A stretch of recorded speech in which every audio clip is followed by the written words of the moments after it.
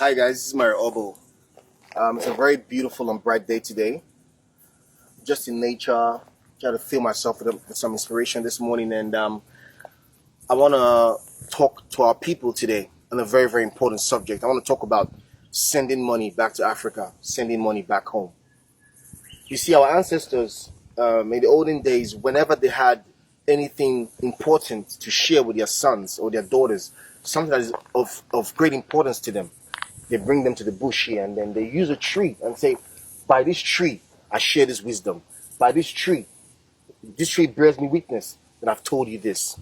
So, by this tree, I share this wisdom to you, and by this tree, it bears me witness that I've shared this wisdom about sending money back to Africa.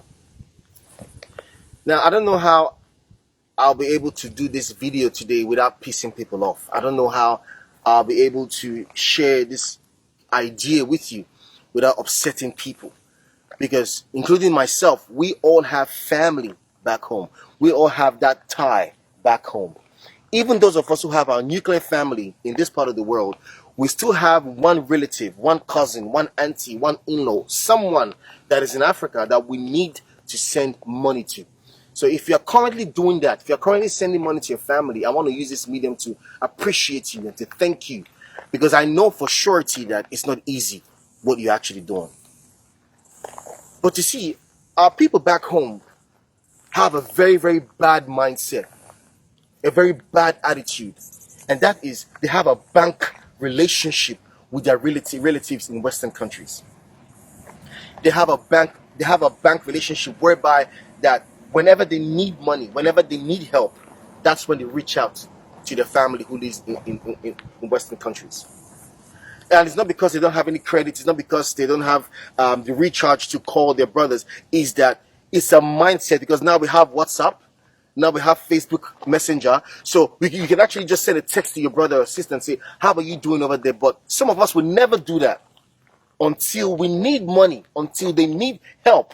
That is when they reach out to their own brothers and sisters to say, help me. Now this is very, very bad, because the truth is that many of us do not know what your brother or sister in that country is suffering. You have a mindset that once you come here, once you leave here, money is on the street. So whenever you need money, let me call my brother and sister now. That's really, really bad. I was driving past Western Sydney a few weeks ago, where I stopped by to see a friend of mine who I haven't seen in a while. This is about 7 a.m. in the morning. I was around the area and I called him, and he invited me to his house. I stopped by, we had a chat, and I drove back home. It wasn't even up to 1 hour when I returned back to my house that this guy called me and told me that the wife came out of her bedroom, said good morning to him, went to the kitchen to prepare breakfast, and then she collapsed. Now, thank God that this guy was home that day, because he works 7 a.m. to 5 p.m. Monday to Saturday. The wife works from 2 p.m. to 8 a.m. the next morning. So a husband and wife could be together in the same house and not even see each other for 3 to 4, 5 days. Why is she working like this? Because they support each other here, then they have to support the family back in Africa. And because of this, she has now been stressed to the point where she fell down. This is just one of the things that are happening. The stress that we go through. Many African people today who are in jail, who have been arrested because of drugs, and who have put their hand into the wrong thing, they came from pressure from home. They came from pressure because of the pressure of sending money, because of this one needs help, because they're trying to play God for everybody. Many of our African people are in prison. Many of our African people have done crime just because they want to sustain family back home. Let me tell you something. If any of your brother or sister sends you $100, let me use $100 as an example. If any of your brother or sister sends you $100, now, depending on the country where he's at, what that person has sent to you is 5 hours of hard labor without mercy. What that person sent to you is 5 hours of come here, idiot, or being stressed out, being racially intimidated, facing stress. He sent you 5 hours of his life. He sent it to you. And some of us don't even bother to even say thank you. We don't even bother to say thank you. We could just be walking on the street and all of a sudden, bang, we get a text message from home. How are you? How are you doing today? How is your family? Please, bros, can you help me with 50,000 naira? I need to support my child for school fees. Out of the blue. And because we get that text message, our relatives, we are now compelled from here to send the money back home. And some of us don't even have the mind to even say thank you to your brother or sister for the help that they've rendered to you. Now, this is a very, very bad mindset that we have that we must change. You know why? Our ancestors told us that anywhere where there's no reciprocity, it is going to die. If you're all about take, and you're not about give, that relationship is going to die. Whether it's father or mother, whether it's husband or wife, whether it's brother or sister, anywhere where only one person is the one giving, and the other one is not giving back something, time, emotions, feelings. Anywhere there's no situation like that, that relationship is going to die. Now, I want to talk to our people who live in Western countries.